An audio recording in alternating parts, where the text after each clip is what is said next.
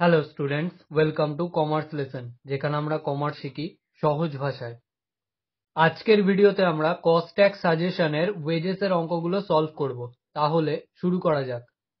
ফার্স্টেই আমরা 4-এর 1-এর দাগের অঙ্কটা দেখে নিই। তো এখানে বলে দিয়েছে calculate the earnings of worker A and B under state piece rate system and tailors differential piece rate system from the following particulars.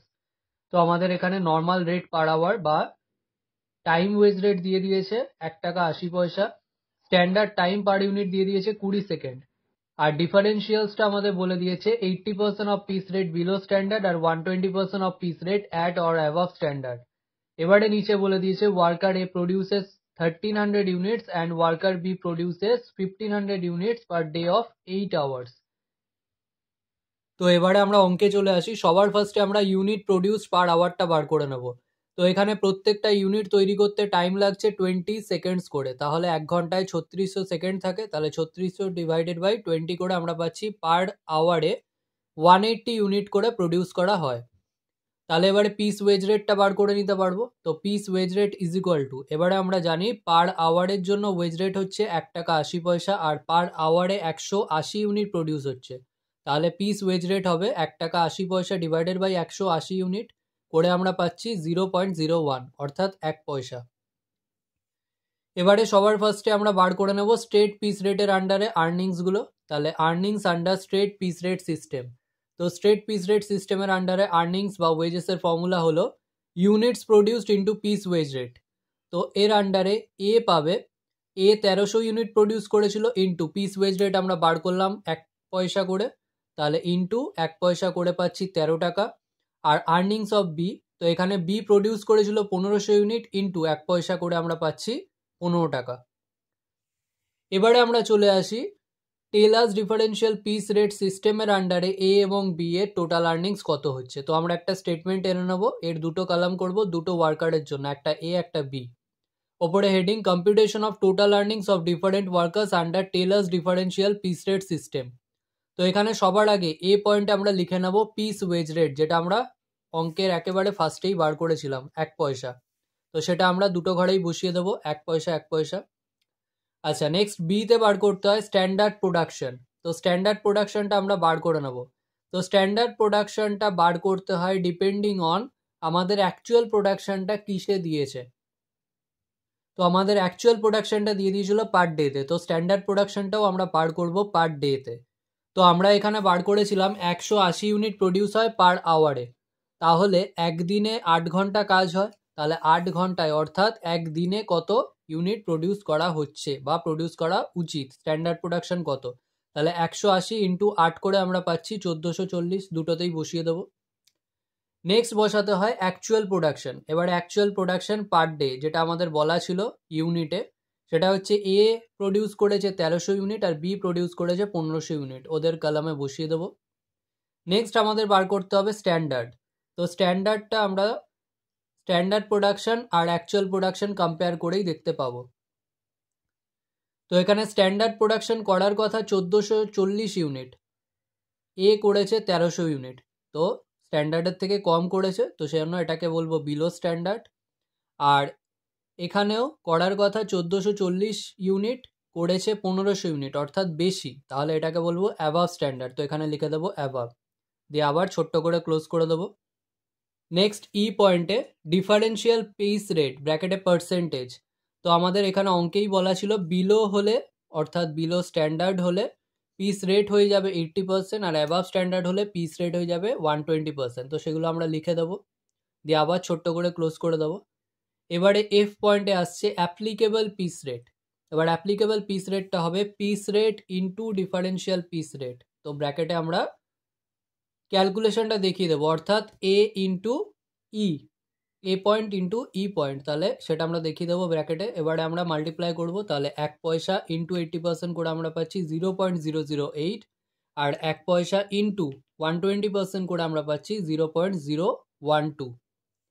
এবারে আমরা বার করব টোটাল আর্নিংস। টোটাল আর্নিংসটা হয় ডিপেন্ডিং অন অ্যাকচুয়াল প্রোডাকশন। তো এখানে এ প্রডিউস করেছিল 1300 unit R be produce করেছিল 1500 unit. Actual production লেখা ছিল সি পয়েন্টে, তো আমরা সি ইন্টু এফ করবো, তাহলে ব্র্যাকেটে সি ইন্টু এফ করে আমরা পাচ্ছি 1300 ইন্টু 0.008 করে আমরা পাচ্ছি 10 টাকা 40 পয়সা।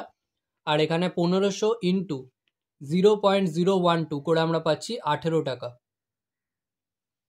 নেক্সট আমরা 4-এর 2-এর দাগের অঙ্কটা সলভ করব। তো এখানে বলা ছিল calculate wage from the following information, দিয়ে আমাদের এ পয়েন্টে স্ট্যান্ডার্ড প্রোডাকশন বলে দিয়েছিল 10 ঘন্টায় 125 ইউনিট, আর অ্যাকচুয়াল প্রোডাকশন ইন 10 আওয়ার্স বলে দিয়েছিল 130 ইউনিটস। এবারে টাইম ওয়েজ রেট আমাদের পার আওয়ার বলে দিয়েছে 20 টাকা।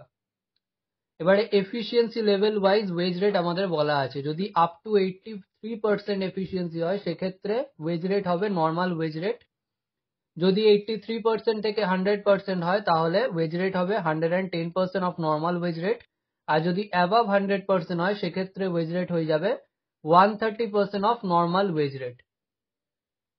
এবারে আমরা সলিউশনটা দেখে নিই। সবার ফার্স্টে স্ট্যান্ডার্ড প্রোডাকশন পার আওয়ারটা বার করে নেব। তো আমাদের বলা ছিল 125 ইউনিট প্রডিউস করে 10 ঘন্টায়, তাহলে 125 ইউনিট যদি 10 ঘন্টায় প্রডিউস করে তাহলে পার আওয়ারে কত করবে, 125 ডিভাইডেড বাই 10 করে 12.5 ইউনিটস। এবারে আমাদের টাইম ওয়েজ রেট বলা ছিল 20 টাকা করে, তাহলে পার ঘন্টায় যদি 20 টাকা ওয়েজ রেট হয় আর পার ঘন্টায় যদি 12.5 ইউনিট প্রডিউস করা হয় তাহলে পিস ওয়েজ রেট কত হবে, তার piece wage rate is equal to ₹20 divided by 12.5 units করে আমরা পাচ্ছি ₹1.6। এবারে আমরা একটা স্টেটমেন্ট টেনে নেব। তো স্টেটমেন্টে হেডিং হবে computation of total earnings of workers under differential piece rate system. তো এখানে পার্টিকুলার আর এদিকে ওয়ার্কার। এবারে সবার আগে আমাদের লিখতে হবে এ পয়েন্টে পিস ওয়েজ রেট ব্র্যাকেটে রুপিস। তো এখানে পিস ওয়েজ রেট আমরা এক্ষুনি বার করলাম 1.6, সেটাই বসিয়ে দেবো 1.6 দিয়ে ছোট্ট করে ক্লোজ করে দেবো। এবারে বি পয়েন্টে লিখতে হবে স্ট্যান্ডার্ড প্রোডাকশন। এবারে স্ট্যান্ডার্ড প্রোডাকশন লেখার আগে অ্যাকচুয়াল প্রোডাকশনটা দেখে নেব কিসে দেওয়া আছে। আমাদের অ্যাকচুয়াল প্রোডাকশনটা কিন্তু পার ডেতে দেওয়া ছিল, 10 ঘন্টায় কত ছিল। তো স্ট্যান্ডার্ড প্রোডাকশনও 10 ঘন্টায় আমাদের দেওয়া আছে, তাহলে কিছু চেঞ্জ করতে হবে না। তো স্ট্যান্ডার্ড প্রোডাকশন ব্র্যাকেটে ইউনিটস বলে আমরা লিখে দেবো 125, আর এখানে অ্যাকচুয়াল প্রোডাকশন নেক্সট পয়েন্টে এটা আমাদের বলা ছিল 130। তো দুটোই লেখার পরে ছোট করে ক্লোজ করে দেবো। এবারে বার করতে হয় এফিসিয়েন্সি। তো এফিসিয়েন্সির ফর্মুলা হলো actual production divided by standard production into 100। তো সেটাই আমরা পয়েন্ট দিয়ে লিখে দেবো C/B ইন্টু 100 পরে আমরা পাচ্ছি 104%, অর্থাৎ 104%। এবারে আমরা ডিফারেন্সিয়াল পিস রেটটা লিখে নেবো নেক্সট নাম্বারিং দিয়ে, ডিফারেন্সিয়াল পিস রেট ব্র্যাকেটে পার্সেন্টেজ।